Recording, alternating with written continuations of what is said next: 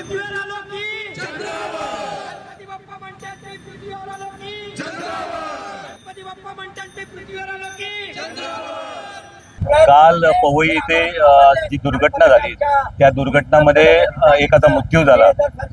आम्ही महाराष्ट्र नवनिर्माण त्यांच्या दुःखामध्ये सामील आहोत, पण खरोखर ह्या शासनाला कधी जाग येणार। आज कन्नमोर नगरमध्ये 10 ते 12 वर्षापासून सातत्याने खड्ड्यातून इकडची लोक जात आहेत। काल रात्री अचानकपणे 1:30-2 वाजता महानगरपालिकेचे काही अधिकारी आले आणि त्याच्याबरोबर आजूबाजूला काही नेते मंडळी होते ते होते आणि त्यांनी खड्डे बुजवण्याचा प्रयत्न केला।